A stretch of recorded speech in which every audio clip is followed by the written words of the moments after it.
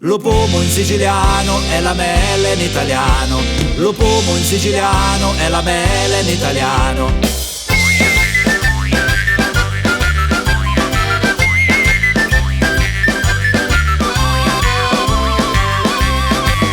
Gli avete diverse qualità, sto frutto che nasce in quantità, ma non è da rema, un assai fritto c'è. Sto frutto che piace a molte persone, quando c'è un mozzicone. Medio biologico, gli ave sapori, gli ave magari un bello colore. Lo pomo in siciliano è la mele in italiano. Lo pomo in siciliano è la mele in italiano.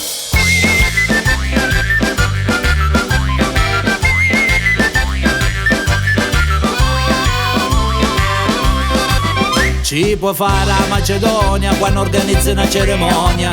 Ci può fare a crostata per fare una bella serata. Picchidde senza niente se fa cotte squaglianamente. Ci può fare a marmellata che da mangia da giornata. E se magnati una resta da cesta a fermentare, falla maturare a punto giusto per fare un acito di bello gusto. Ci può fare insalata per fare contento tutti i mercati. Ci può fare iniche perché la sostanza sempre c'è. Lo pomo in siciliano è la mele in italiano. Lo pomo in siciliano è la mele in italiano.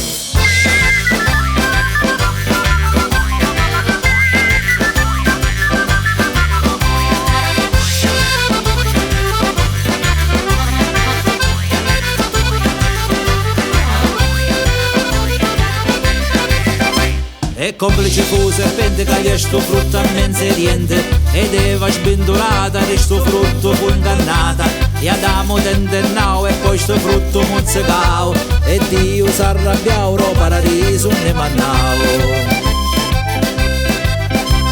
Adamo rese conto solo la sua amata.